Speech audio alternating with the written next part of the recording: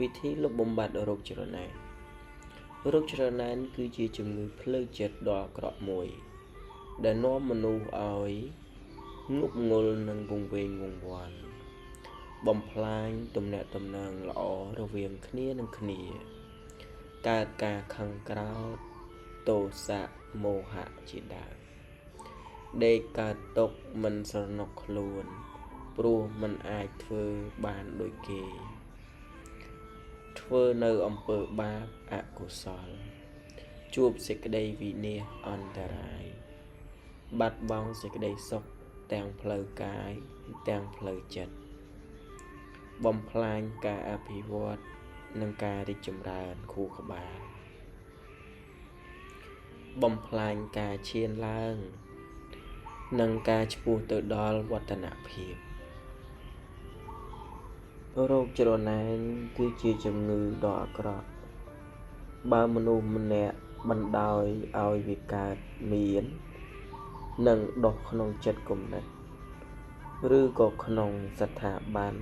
អង្គភាពឬសង្គមមនុស្សពិតណាស់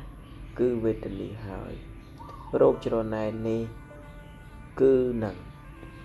បំផ្លាញចរន្តនៃការអភិវឌ្ឍនិងធ្វើឲ្យក្រុមស្ថាប័នអង្គភាពឬសហគមន៍និងសង្គមជួបវិបត្តិផ្សេង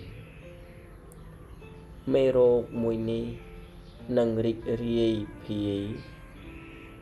មេរោគមួយនេះនឹងរីកសាយភាយ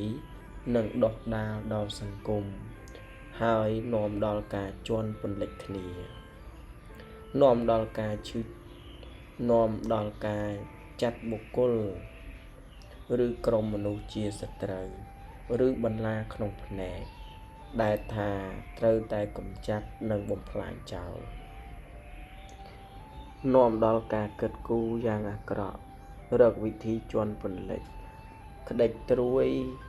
ចោលតម្រង់ទ្រើងកុំឲ្យលូតលាស់កុំឲ្យសាងស្នាដៃបានត្រូវតែបំបត្តិមុខឬក៏បំបិតចោលកុំឲ្យលេចមុខបាន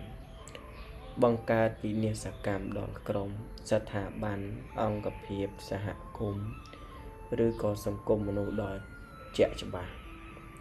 โรគចរណែនកើតមានឡើងដោយការមិនចេះរងាប់ចិត្តនិងអារម្មណ៍បណ្ដោយឲ្យដុះចេញនៅចិត្តនិងគំនិតអាក្រក់ពេលឃើញអ្នកណដតីមនុស្សជុំវិញឡើងឋានៈទូនាទីឬបុណ្យស័ក្តិរកស៊ីមានបានមានជីវភាពធូរធារ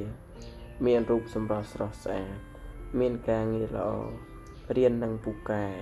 ធ្វើរឿងមានស្នាដៃប្រើប្រាស់សម្ភារៈទំនើបមានគេគោរពស្រឡាញ់រាប់អាននិងចូលចិត្តច្រើនជាងឡាក់មនុស្សលោកអាចលុបបំបាត់โรគចរណែនតាមរយៈយល់ដឹងឲ្យច្បាស់អំពីគុណវិបត្តិគ្រោះថ្នាក់នៃโรគចរណែនអប់រំចិត្តខ្លួនឯងឲ្យខំប្រឹងប្រែងធ្វើឲ្យដូចគេរៀនសប្បាយចិត្តបើកចិត្តទូលាយដូចជាចូលរួមសរសើរត្រេកអរអបអរសាទរផ្ដល់កម្លាំងចិត្តឲ្យអ្នកដទៃវឹកហាត់បង្កើតទំនាក់ទំនងល្អភាពសប្បាយរីករាយនិងតាំងចិត្តរស់នៅជាមួយមនុស្សល្អម្នាក់ក្នុងសង្គមមួយពោពេញដោយក្តីសុខសុភមង្គលអភិវឌ្ឍគំនិតនិងការគិតឲ្យបានត្រឹមត្រូវគំនិតនិងការគិតកំណត់ពីសកម្មភាពកំណត់ពីលទ្ធផលបង្ហាញពីភាពជោគវាសនាផ្លាស់ប្ដូរគំនិតនិងការគិតគឺជាការធ្វើឲ្យជីវិតមានការផ្លាស់ប្ដូររៀនអនុគ្រោះបៀមโรគចរណែននៅក្នុងខ្លួនគឺប្រៀបដូចជាការចាប់រងើកភ្លើងក្នុងដៃហើយគប់ដាក់អ្នកដទៃអញ្ចឹងធ្វើបែបនេះតើនរណាជាអ្នកឈឺចាប់គឺលោកអ្នកនឹងតែម្ដងដែលឈឺមុនគេការដោះលែងការសន្តោសប្រណីការអត់ឱនមិនយកទោសវ័យចំពោះនរណាម្នាក់គឺជាអំពើដ៏ល្អនិងជាការកំពុងតែដោះលែងខ្លួនឯងផងដែរ យកឈ្នះខ្លួនឯងនឹងក្លាយទៅជាអ្នកឈ្នះលើសមរភូមិការយកឈ្នះលើខ្លួនឯងគឺជាការត្រូវយកឈ្នះលើចិត្តរបស់ខ្លួនឯងជាមុននិងបើធ្វើបានជីវិតអ្នកនឹងក្លាយទៅជាមនុស្សដ៏អស្ចារ្យរស់នៅដោយសន្តិភាពនិងភាពសប្បាយរីករាយមិនចេះចប់របស់អស់នេះត្រូវកើតចេញពីក្នុងខ្លួនកើតចេញពីក្នុងចិត្តនិងកើតចេញពីចិត្តស្ងប់របស់អ្នកមនុស្សល្អគឺជាជំពូកមនុស្សតែងតែលើកស្ទួយមនុស្សតូចនិងទាបជាងខ្លួនមានចិត្តទូលាយចេះយោគយល់អធ្យាស្រ័យនិងមានមេត្តាធម៌ចេះរស់នៅល្អជាមួយនឹងមនុស្សផងទាំងពួងនិងមិនជន់ពន្លិចនិងមិនបំផ្លាញអ្នកដទៃឡើយរោគច្រណែនបើយើងព្យាបាលរោគច្រណែនបានជីវិតរបស់យើងនឹងមានក្តីសុខជីវិតរបស់យើងនឹងមានសុភមង្គលជីវិតរបស់យើង